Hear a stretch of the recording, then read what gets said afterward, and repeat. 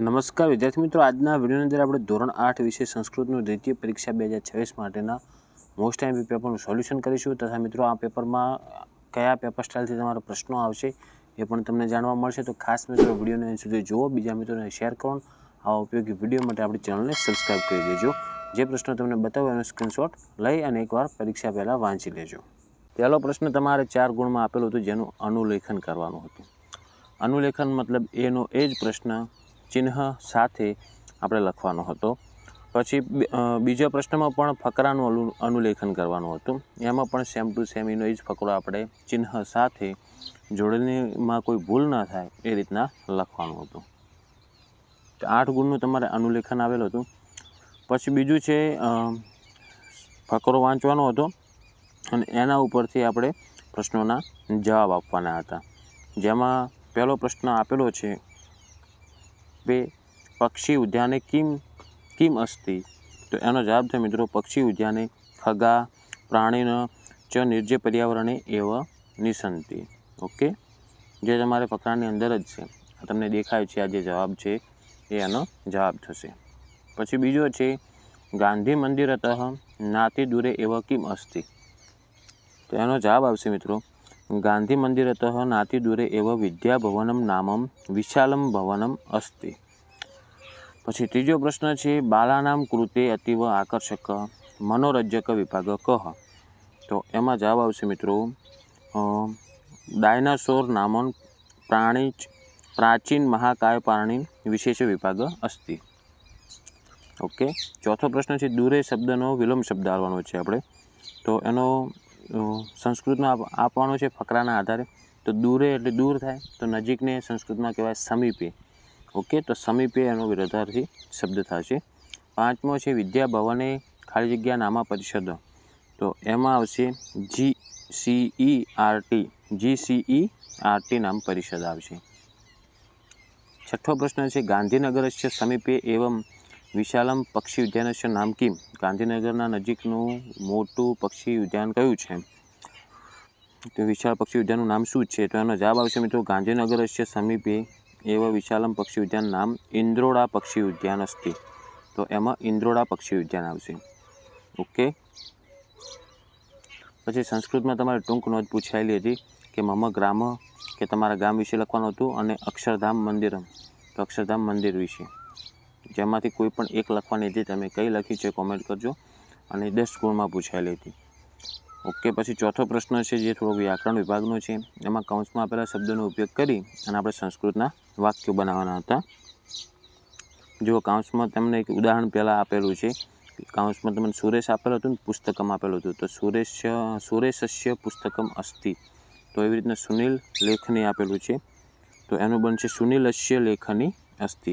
બીજું છે જયેશ દ્વિચક્રિકા. તો એમાં આવશે મિત્રો જયેશસ્ય દ્વિચક્રિકા અસ્તિ.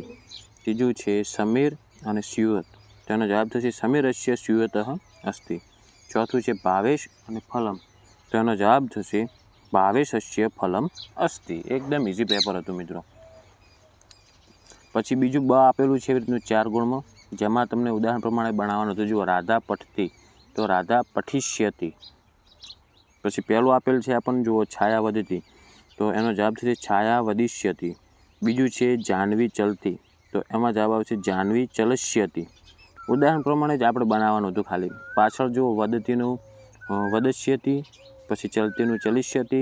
ત્રીજું છે ખાદતી, તો એનું થશે નામ તો એના જ રહેશે ગણેશ ખાદસ્યતિ. અને ચોથું છે વ્યોમ વિચરતી, તો વ્યોમ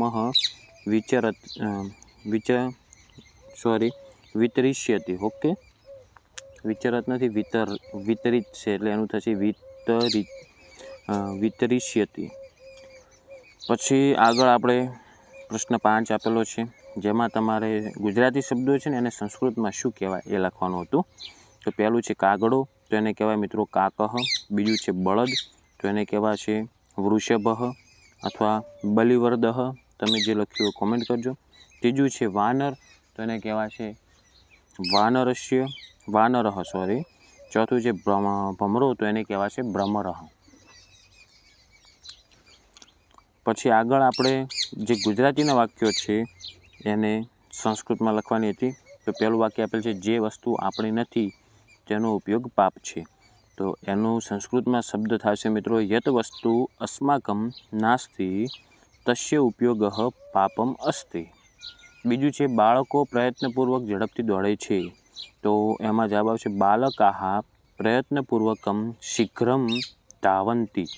શીઘ્રમ એટલે ઝડપથી, ધાવંતી એટલે દોડે છે. પછી છઠ્ઠો પ્રશ્ન છે, જેમાં તમારે ચિત્ર જોઈને 4 વાક્યો સંસ્કૃત ભાષામાં લખવાના હતા. ઓકે.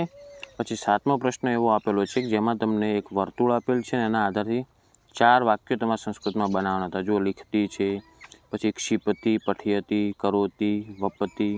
તો આમાં તમારે શિક્ષક શું કરશે, ક્ષિપતિ, પઠયતી, આ રીતના વાક્ય બનાવવાના હતા. પછી ક્રીડનકમ છે, કંદુકમ છે, આના ઉપરથી તમારે કેટલા 4 વાક્યો બનાવવાના હતા. 8મો પ્રશ્ન છે, જેમાં તમારે શ્લોક પૂર્તિ પૂછાયેલી છે ને એમાંથી કોઈ પણ 2 લખવાની હતી, 4 હતી. તમે કઈ લખી છે કોમેન્ટ કરજો. 9મો પ્રશ્ન છે, જેમાં તમારે જો કૌંસમાં આપેલા શબ્દોમાંથી યોગ્ય વિકલ્પ પસંદ કરીને ખાલી જગ્યા પૂરવાની હતી.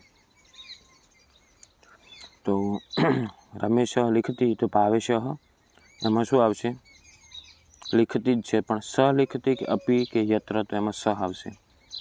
આ રીતનું વ્યાકરણ હતું. ઓકે. તમે કયા કયા જવાબ આપ્યા છે કોમેન્ટ કરજો, કારણ કે અમુક વ્યાકરણના જવાબ આપણને નથી મળ્યા એટલા માટે.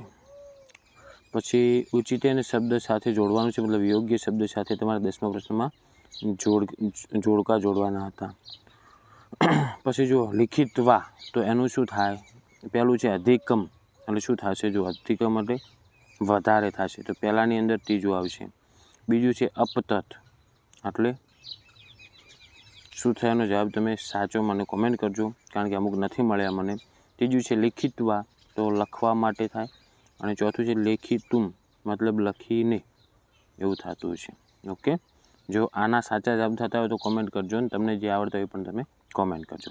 તો મિત્રો આ હતું આપણે ધોરણ 8 વિશે સંસ્કૃતનું મોસ્ટ એમપી પેપરનું સોલ્યુશન તથા તેના એમપી પ્રશ્નો. તો આશા રાખું છું મિત્રો કે વિડીયો તમને ઉપયોગી બન્યો હશે. તો વિડીયોને લાઇક કરો, બીજા મિત્રોને શેર કરો, અને આવા ઉપયોગી વિડીયો માટે આપણી ચેનલને સબસ્ક્રાઈબ કરી દેજો. હવે મળીશું મિત્રો આપણે નેક્સ્ટ વિડીયોમાં. Thank you so much for watching my videos. Thank you so much.